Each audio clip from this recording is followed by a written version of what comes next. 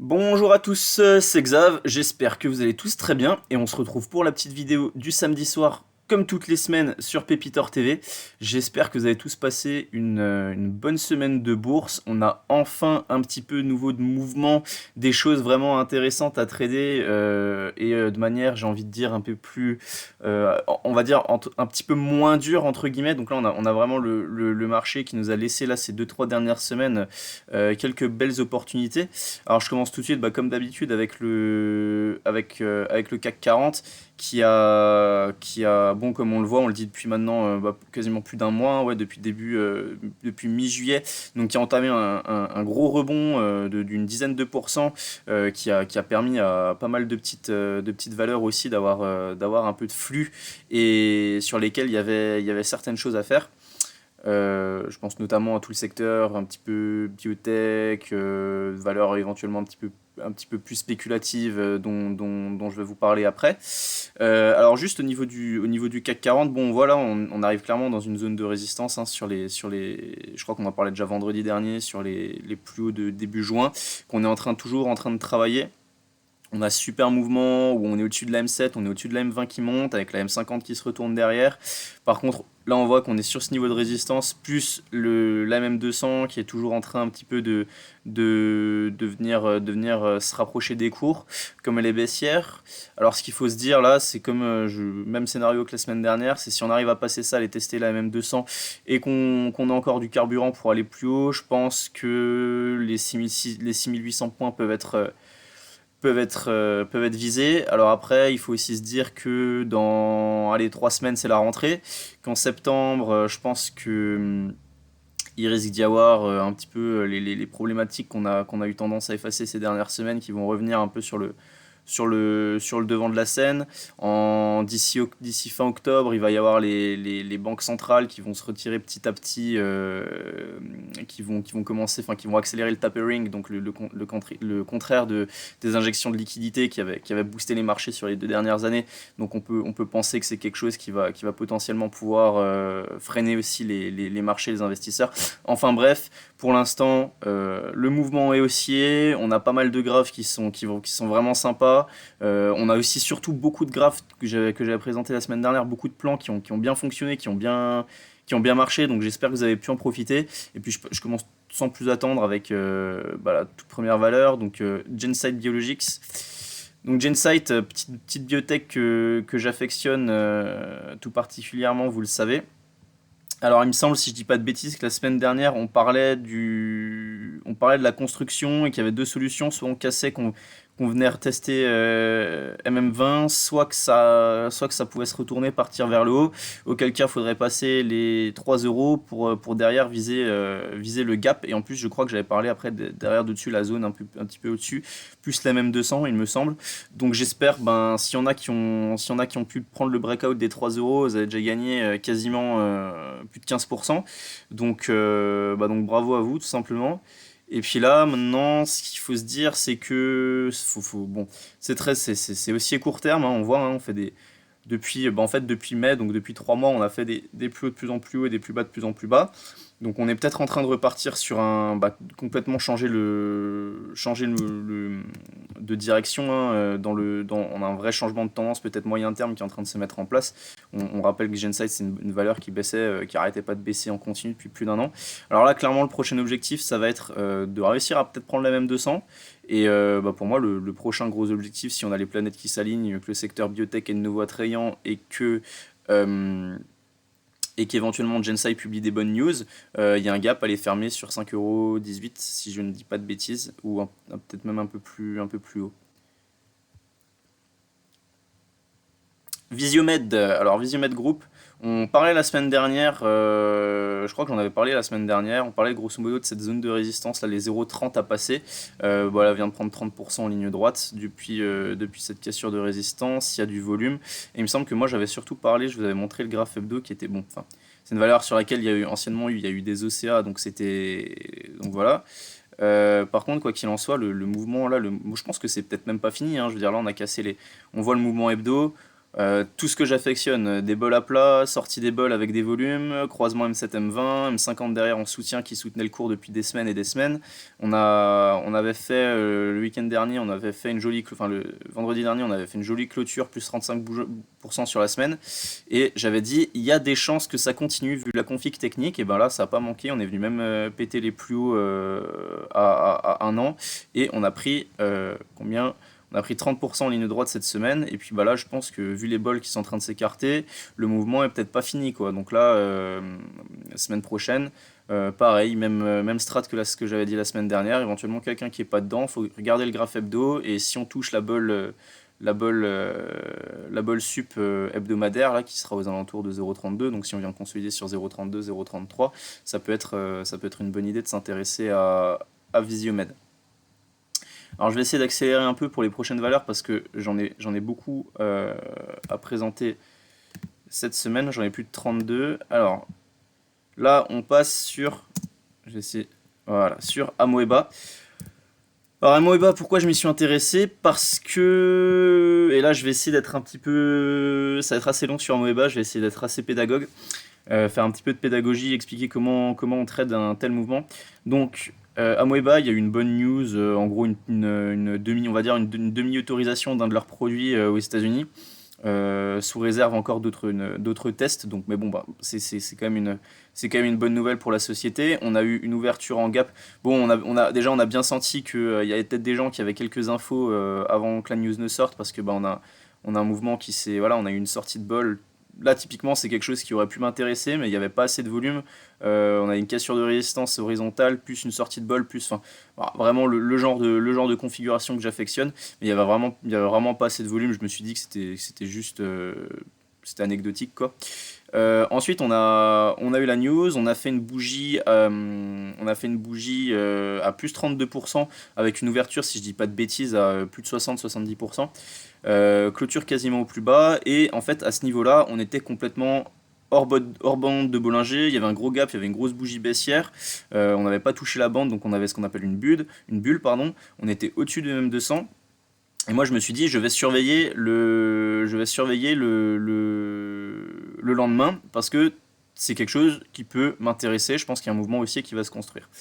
Alors, malheureusement, je surveillais la zone des 0,80. Elle est allée à 0,82, même un peu moins, 0,818 je crois. Et en fait, au moment où elle a touché 0,818, moi j'ai remonté mon ordre à 0,82, sauf qu'elle n'est plus jamais revenue toucher 0,82.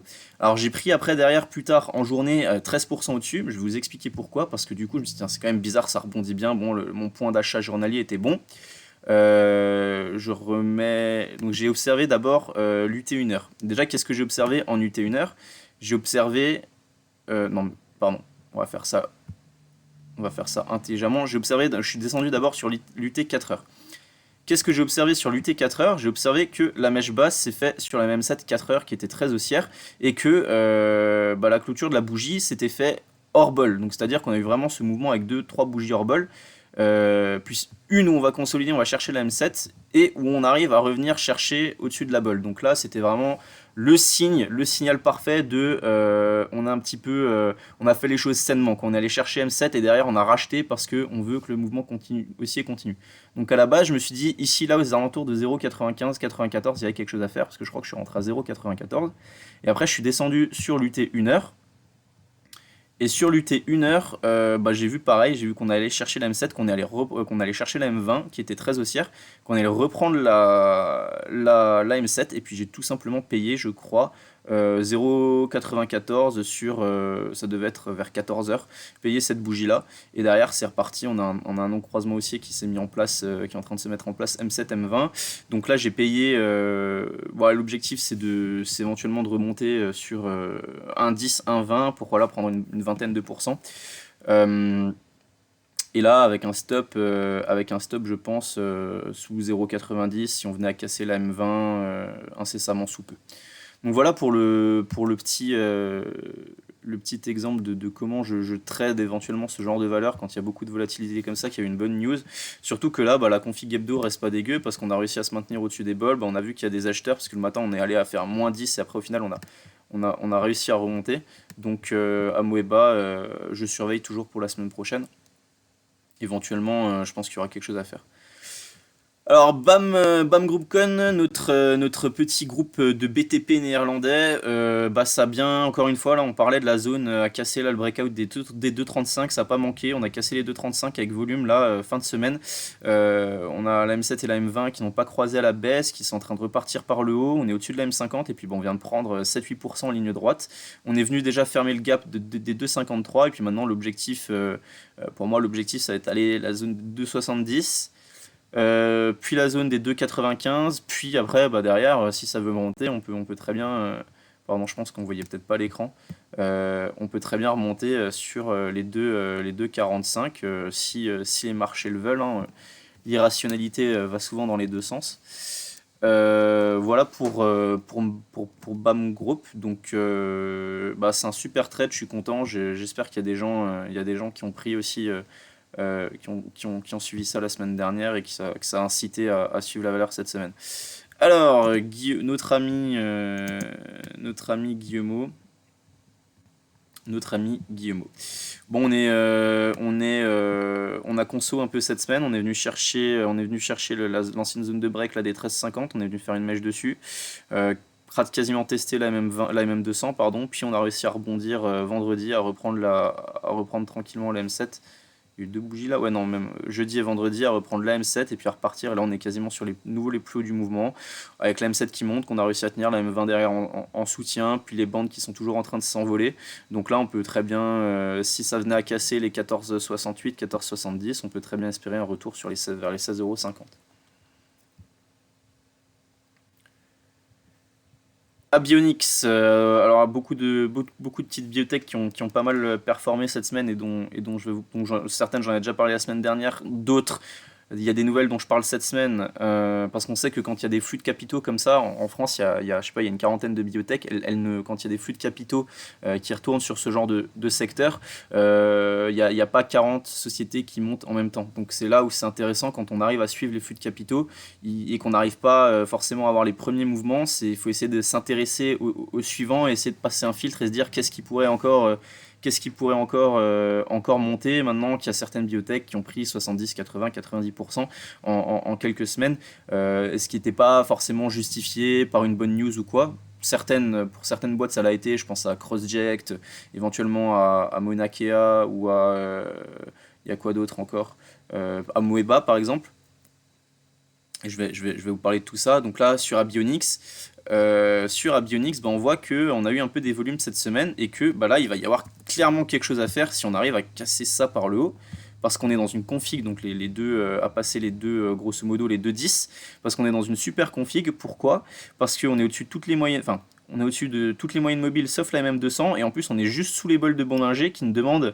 Là, ce que je veux dire, c'est que si on arrive à passer cette résistance-là avec des flux, derrière on a vraiment un mouvement haussier qui peut se mettre en place parce qu'on a toute la configuration pour le faire par rapport à moi, mes indicateurs, ma manière de trader.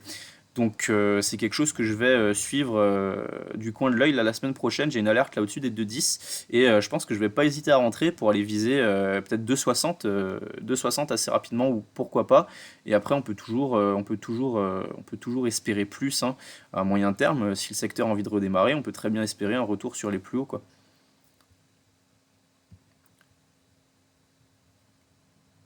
Mauna Kea, on a quoi? Donc nous, on a suivi, on a eu le premier mouvement qu'on a loupé, qui était, il y a eu une super bonne news, je crois, des commandes, ou je ne sais plus, là, qui avait fait prendre quasiment 100% la boîte. Derrière, on a eu la conso, on a retracé trois quarts du mouvement, et puis on s'est dit, on avait commencé à en parler, là, dans cette zone-là, on s'est dit, potentiel non-croisement haussier qui se mettrait peut-être en place entre la M7 et la M20 sur Mauna Kea. Et ben ça a pas manqué, on a pris le breakout des. Bon, moi c'était 0,72, mais quand j'en ai parlé, Pépitor, j'avais dit breakout les 0,74, 0,75, et puis derrière 25% en ligne droite. On est dans une configuration que j'apprécie beaucoup, avec la M7 qui est en train de revenir, les bols qui étaient bien baissières, et on voit, hein, qui ont capé la hausse là, lundi et mardi. Et puis qu'on a réussi à repasser mercredi, jeudi, vendredi, et qui là, ben, on est en train de s'extraire tranquillement de ces bandes de Bollinger. Et puis là, pour moi, le gros objectif, ça reste toujours. Je commencerai à revendre des titres là au niveau de. Moi, mon objectif, c'est 1 euro. dans le meilleur des cas, là, pour l'instant, à ce stade, hein. Après, on ne sait jamais si le mouvement démontre plus de force, on pourra toujours espérer plus. Et sinon, bah là, si vous êtes rentré, enfin moi, personnellement, je suis rentré à 0,72, donc pour assurer des gains, quoi qu'il arrive, bah là, je vais commencer à remonter mon stop tranquillement vers les 0,80, vers les 0,80. Dans un premier temps, 0,82, en dessous de en gros, on va dire en dessous de cette zone-là des 0,80 qui a bien travaillé, sur laquelle il y a eu beaucoup de volumes qui ont été échangés. Des fois, dans ce genre de mouvement, c'est assez, comme c'est vraiment un mouvement haussier, c'est assez compliqué de réussir à placer son stop sans, comment dire, je- en se disant pourquoi c'est compliqué, parce que bah, on peut se dire nous dans notre tête on va essayer forcément d'anticiper, se dire bon le point haut est passé, même si ça reste haussier, le point haut est passé, alors que des fois c'est juste une conso sur une M7 ou quoi, et derrière on arrive à repasser et à repartir. C'est pour ça que j'essaye quand même d'avoir des stops, même si là je suis à plus de 25% de gain, bah, je me dis si déjà mon stop je le remonte à plus 10, bah, j'assure, voilà, au cas où quoi qu'il arrive elle peut se péter la gueule de 15%. Voilà, je me laisse quand même de la marge quoi, quand j'ai un trade qui part vraiment bien comme ça. Morel et Prom, on a réussi à, donc je disais la semaine dernière, à bien tenir le support des 4,40 € grosso modo. Là, bon, ça bouge pas très vite, mais on a réussi à reprendre la M20, donc à voir si ça veut faire quelque chose la semaine prochaine. Après, honnêtement, là, vu ce qui se passe sur les secteurs qui se sont fait bazarder, je pense notamment au secteur biotech en gros, hein, mais pas seulement. Là, le secteur pétrolier, parapétrolier, c'est un secteur qui m'intéresse un peu moins, même si bon, là, on voit c'est vraiment une conso en range. En ce moment, ça m'intéresse un petit peu moins. Mais j'en parle quand même parce que je pense que c'est toujours un secteur, là, notamment pour Morel et Prom et SO en l'occurrence, dont je vais parler juste après, qui est un petit peu. Ces secteurs, ça reste encore sous-valorisé, je pense, par rapport à ce qui s'est passé. Puis ben là, en plus, il y a Total, je parlerai aussi de Total après, qui a bien repris. Donc j'imagine que Morel et Prom, ça pourrait repartir direction les plus hauts éventuellement. Donc voilà, un petit 20% à prendre. Alors avec là, en plus, c'est intéressant, on sait, le stop, voilà, on a une clôture sous 4,35, il faut se barrer, quoi. Si à 17h, si à 17h25, on est sous 4, on est sous 4,35, faut pas hésiter à couper la ligne. Médincel, alors Médincel, moi ça a été ma plus grosse gamelle. Alors attendez, je vais un petit peu alléger le graphe. Alors Médincel, vous savez, j'en avais pas mal parlé là, milieu d'année, c'était avril-mai. Moi, ça a été vraiment ma grosse.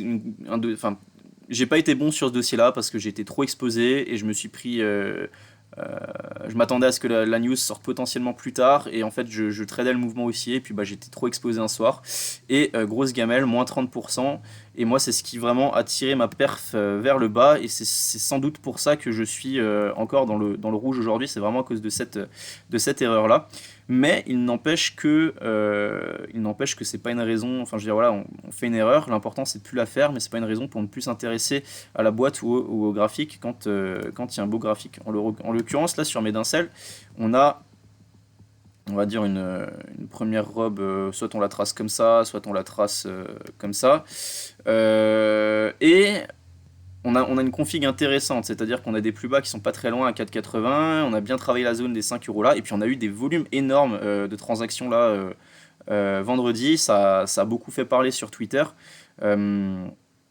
Euh, je pense qu'il y a beaucoup de gens qui sont rentrés, mais là c'est pas bon, c'est pas des volumes anecdotiques, hein, ça c'est pas juste les petits porteurs qu'on est qui ont fait ça.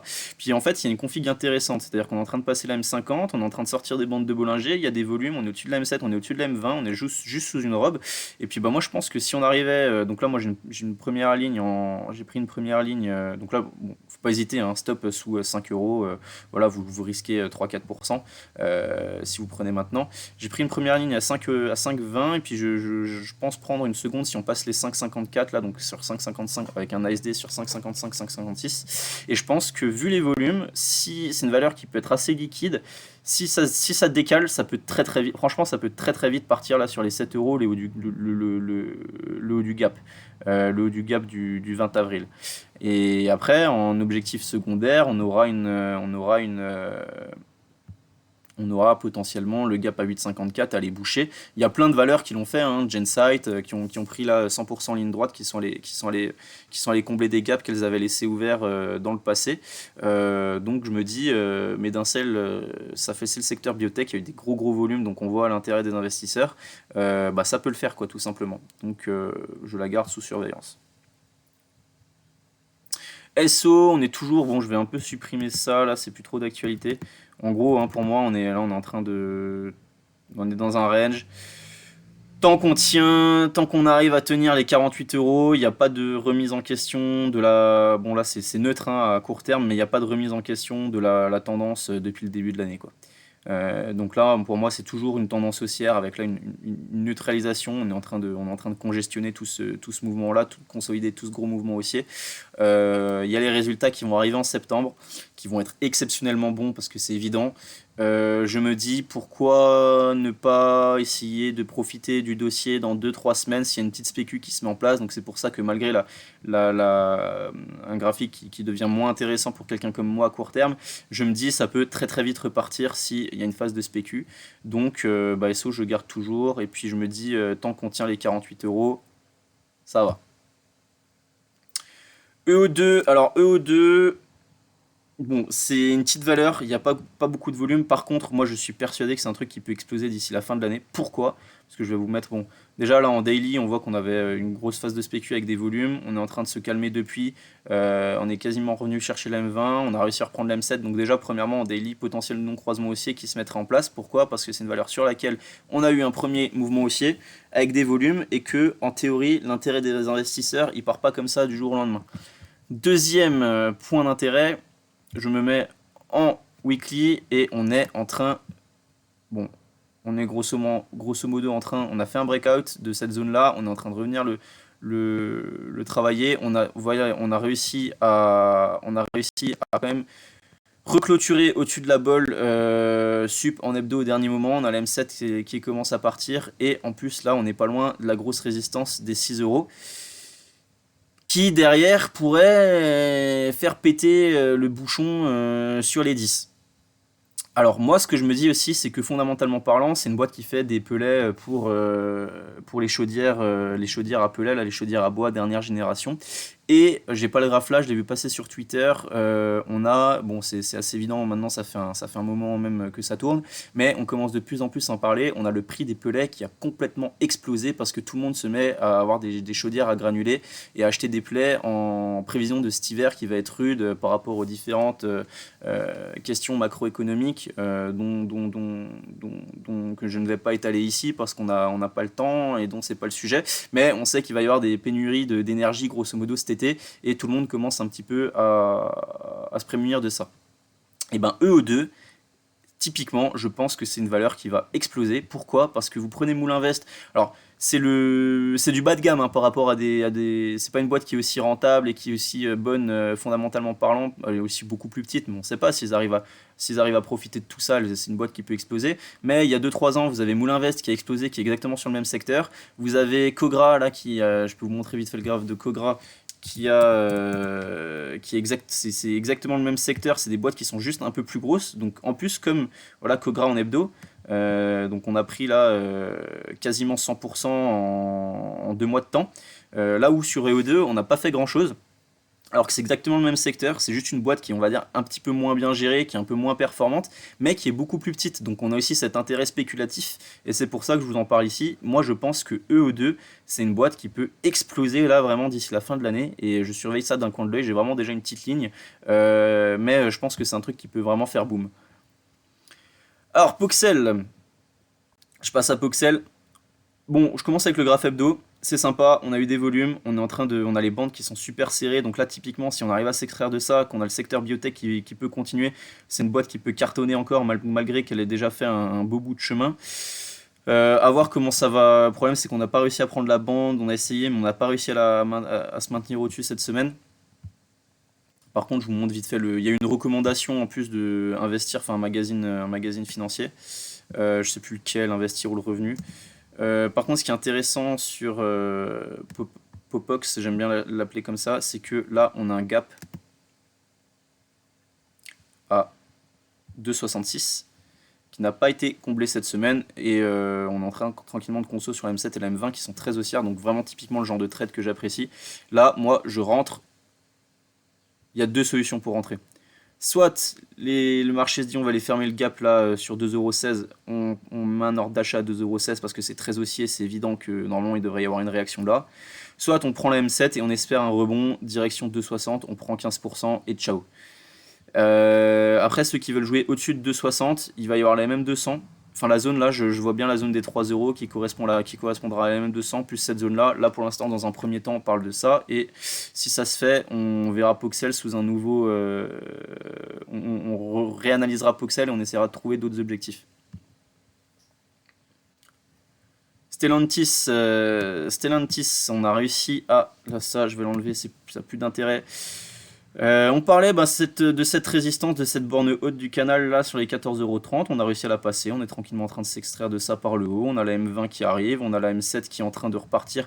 Donc là, on est typiquement en train de faire une. On n'a même pas trop consolidé direction la M20 pour espérer un non-croisement haussier M7 M20 potentiel qui est le pattern le plus haussier. Moi, c'est vraiment dans ma manière de trader. C'est vraiment ce que j'adore. C'est les non-croisements haussier, baissier. C'est pareil, ça fonctionne pareil. Ça a souvent beaucoup de force quand ça se matérialise.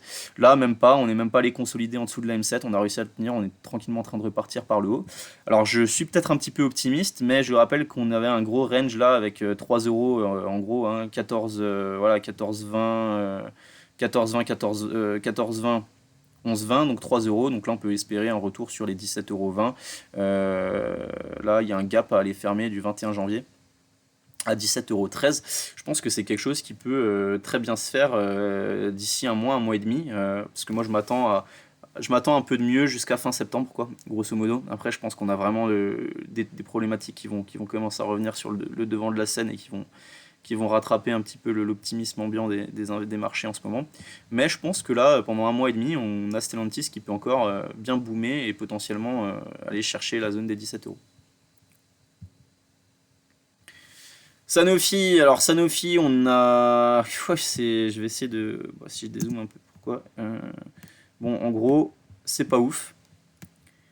Il y a eu. Alors, Sanofi, il y a deux choses. Il y a un. Qu'est-ce qui explique là la grosse chute récente du jour, alors que c'est. Là, on est sur des chutes, on est sur une chute.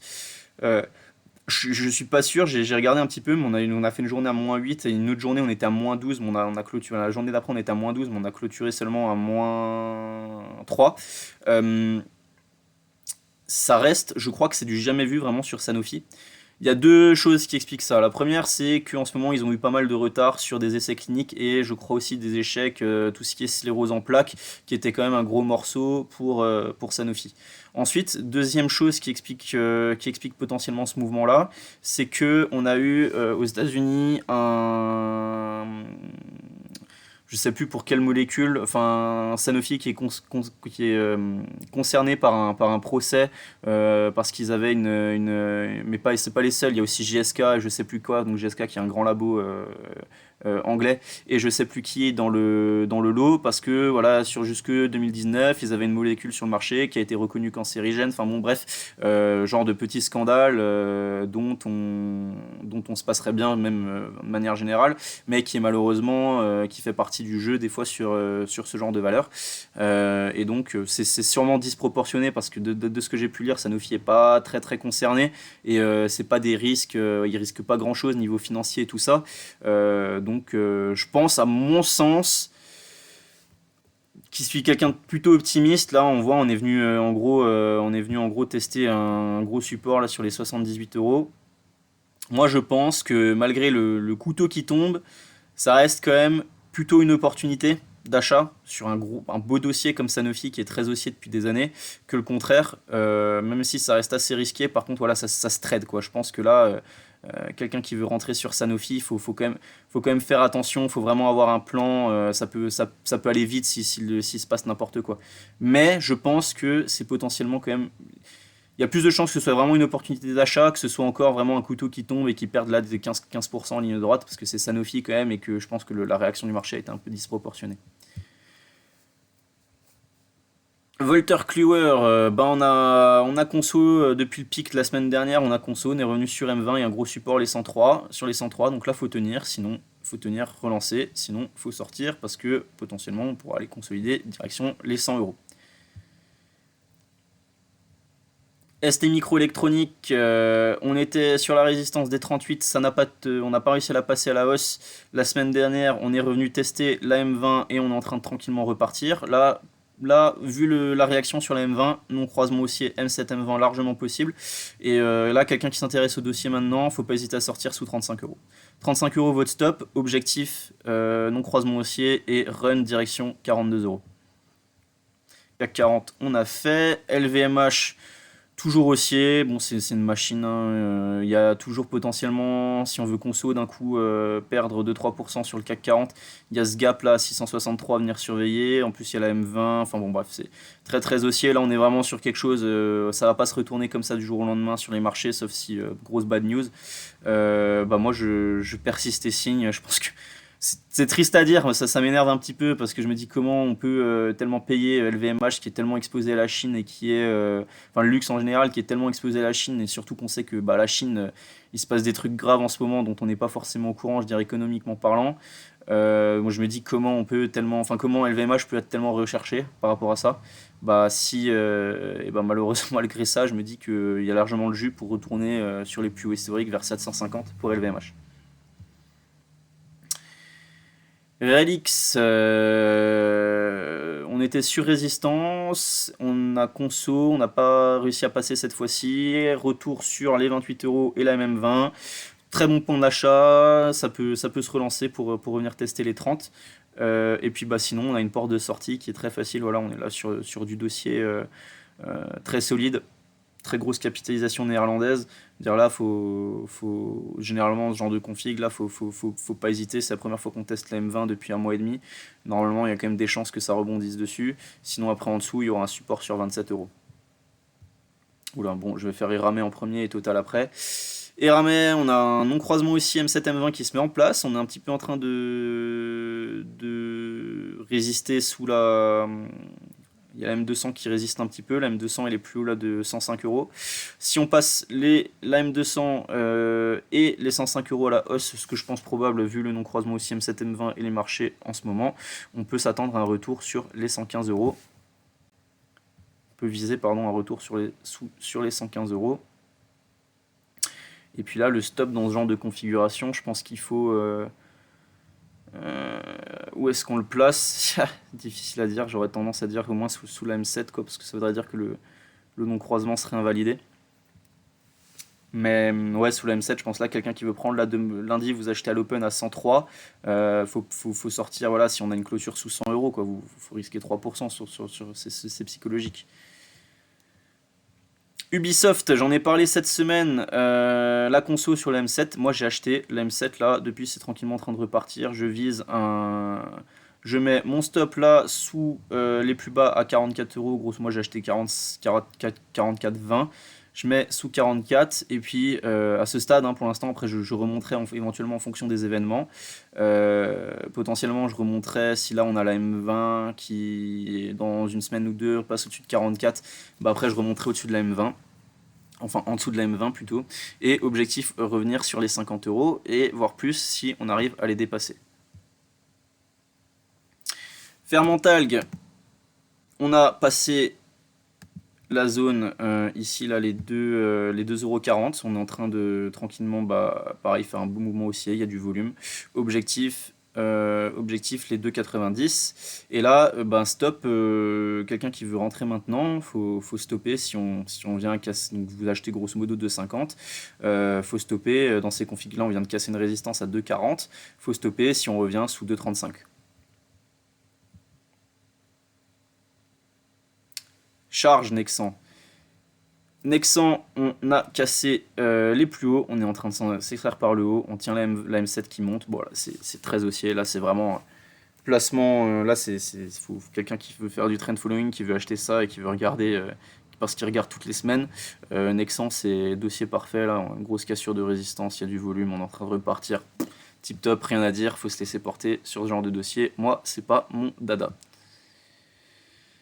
Tencent, je sais pas comment. Alors, il y a quelqu'un qui m'a demandé sur Twitter et j'avais dit que j'analyserais avec plaisir. Je vais essayer de faire ça de temps en temps, analyser une valeur en plus que quelqu'un me demande, en particulier sur Twitter, tous les mois.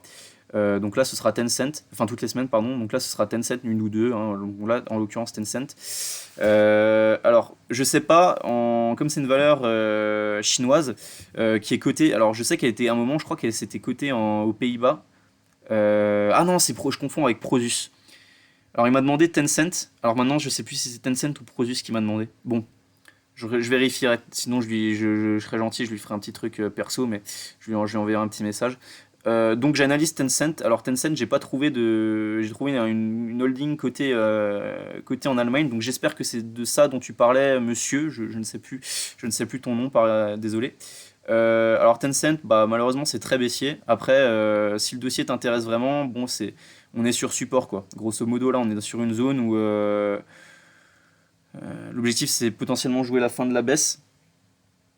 Là, la première chose qu'on peut se dire, si c'est un dossier qui t'intéresse pour trader, c'est si tu achètes maintenant dans l'objectif de te dire j'espère qu'on a fait un point bas, tous les marchés sont en train de repartir par le haut. Je ne veux juste pas qu'on. Voilà, si on casse 36 euros à la baisse, voilà, faut pas hésiter à sortir sur Tencent juste à court terme. Après, ben, moyen long terme, si on venait à repartir, faudrait passer la MM200 et les 48 euros pour vraiment se dire qu'on est en train de changer de comment je peux dire, de tendance. Alors, Metabolic Explorer, là pareil, je vais expliquer quelqu'un qui m'a posé une question dans la dernière vidéo en commentaire. Là, donc j'avais dit, et c'est toujours d'actualité, vu la construction, donc le dossier a pris 70% en une semaine. On a vu, sortie de bol de Bollinger, elles étaient super serrées, croisement M7 M20, vraiment la config explosive par excellence. On est venu s'arrêter sur les 3 euros et depuis on consolide. Et moi j'ai dit j'achète à 2,40 parce que 2,40 c'est l'ouverture du gap ici du 30 juin. On n'est pas encore testé, je vais y aller. Et il m'a demandé, oui, mais si on achète à 2,40, comment on stoppe parce que comment on place le stop parce que bah, le stop, enfin les plus bas sont 30% plus bas. Alors oui, mais là, dans ce genre de configuration, comme moi je trade, alors ça va vraiment dépendre de la configuration. Des fois, ça va être un point, des fois, ça va être une moyenne mobile, des fois, ça va être une zone. Et bah là, ce qu'il faut se dire, c'est que ça va plutôt être une zone. Et en fait, les 2,40, moi, je pense que c'est 2,30, 2,40, c'est une zone d'intérêt. Là, on va avoir en plus la MM20 qui va arriver en soutien derrière et qui est potentielle sur laquelle il y aura potentiellement des acheteurs en plus. Et ben, il faut se dire, si tu achètes 2,40, si vous achetez 2,40, il faut se dire, premièrement, j'attends la M20. Si la M20 casse, je sors, le mouvement je pense est mort, ou alors ce sera une fausse cassure et vous serez fait avoir, vaut mieux pour ça, vaut mieux attendre la sortie, enfin la clôture journalière, voire même une clôture en plus, il faudrait faire deux clôtures sous M20, mais là dans ce cas-là on peut déjà perdre 10% voire plus par rapport à son entrée. Soit se dire j'observe la zone des 2,40, si vraiment la zone des 2,40 tient pas et que je vois qu'il y a des mecs qui a beaucoup de vendeurs, je n'hésite pas à sortir. Si on clôture sous 2,40, sous 2,30, j'achète 2,40. Si à la fin de la journée on est sous 2,35 et que les 2,40 n'ont pas tenu, ciao quoi, ça sert à rien de s'attarder, ça sert à rien de s'attarder trop sur le dossier. Éventuellement je perds 2%, et éventuellement je reviens le lendemain voir comment ça se passe. Et si cette fois-ci on tient 2,40 et qu'on clôture à 2,45, je re-rentre dedans. Et j'ai toujours ma zone, bah voilà, 2,35, 2,45 où je sais que si on clôture en dessous de cette zone-là, après c'est mort. Aventium, on a fait le break de cet oblique là, il y a eu des volumes, on est en train de partir par le haut, objectif les 3,50. Thales, alors Thales, on est sous résistance, on n'a pas réussi à passer les 127 et on est en train de repartir, on est en train de partir par le bas. Là, enfin voilà, valeur là qui ne m'intéresse plus parce qu'on voit, on a passé la M20, la M7 est en train de croiser la M20 à la baisse. Donc là, typiquement, c'est le genre de dossier on a tenté un truc, on a tenté la cassure des 127, ça n'a pas marché. Là, pour l'instant, on arrête. C'est un dossier qui n'est plus intéressant aux yeux des indicateurs et de la manière de trader, la méthode de trading qu'on développe.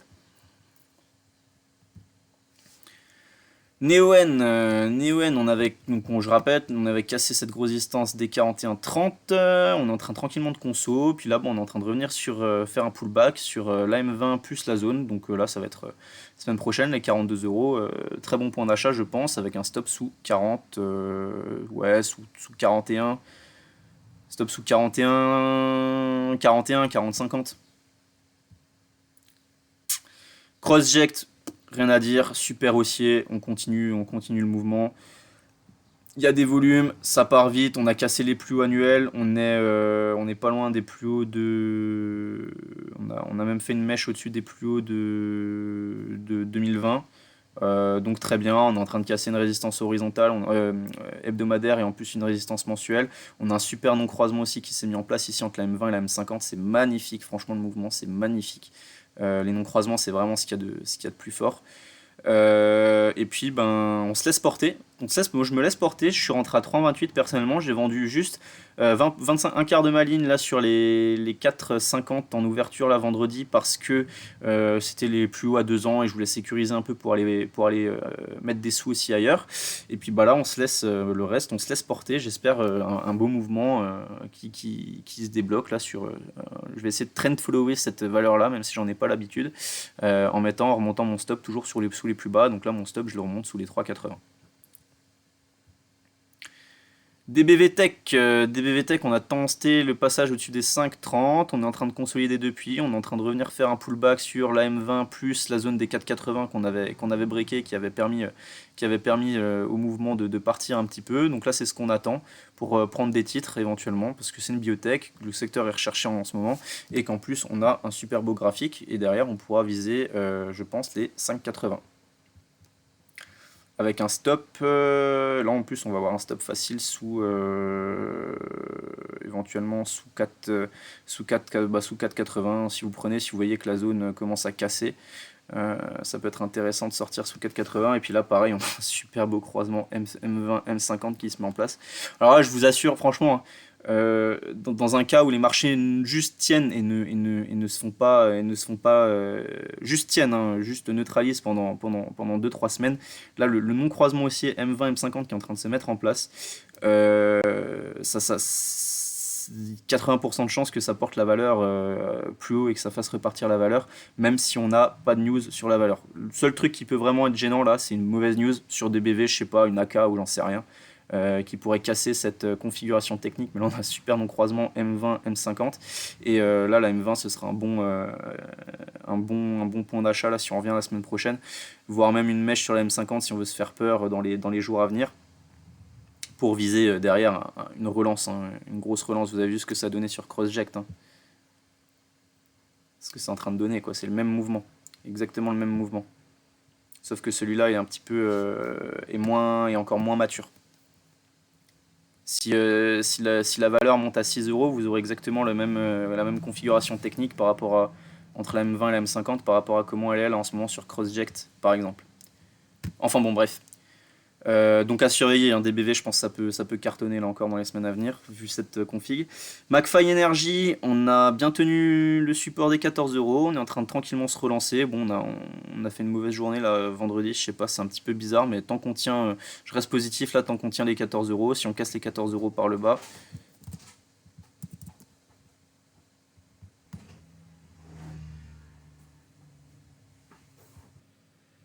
ok, désolé, je reprends vite. J'ai juste une petite coupure. Alors, je sais plus exactement où je m'étais arrivé. Il y a juste ma copine qui était revenue du travail. Donc, excusez-moi pour ça.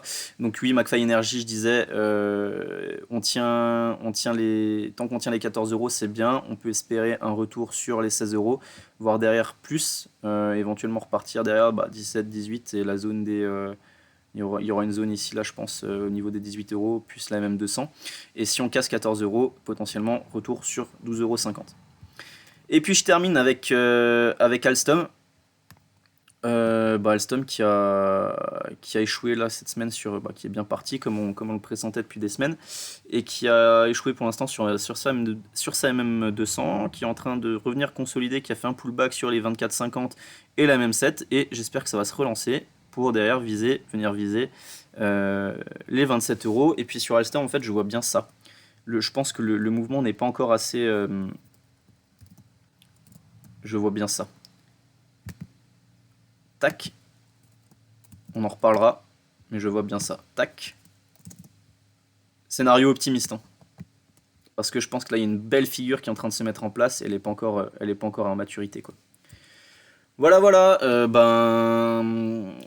Vidéo un petit peu plus longue que d'habitude, on est sur du 45 minutes, mais il y a beaucoup de choses à dire. J'ai essayé vraiment, voilà, ça fait 2 semaines que les valeurs dont je parle un peu, on a des super résultats, on a des super performances, donc j'ai fait un peu plus long cette semaine. Je vous ai voilà, expliqué un peu plus en détail les plans, donné un peu plus d'explications personnelles aussi pour ceux qui m'avaient posé des questions. Merci à tous de me suivre, ça me fait vraiment très plaisir. Vous êtes maintenant quasiment 600 toutes les semaines et franchement c'est super motivant pour faire les vidéos et tout. Je vous souhaite un excellent week-end. N'hésitez pas à partager, liker la vidéo pour le référencement, à me laisser un petit commentaire aussi si vous avez des questions ou quoi que ce soit. J'y répondrai dans la prochaine vidéo. Et je vous dis à lundi sur Twitter et à samedi prochain sur YouTube. Ciao ciao, bonne semaine à tous.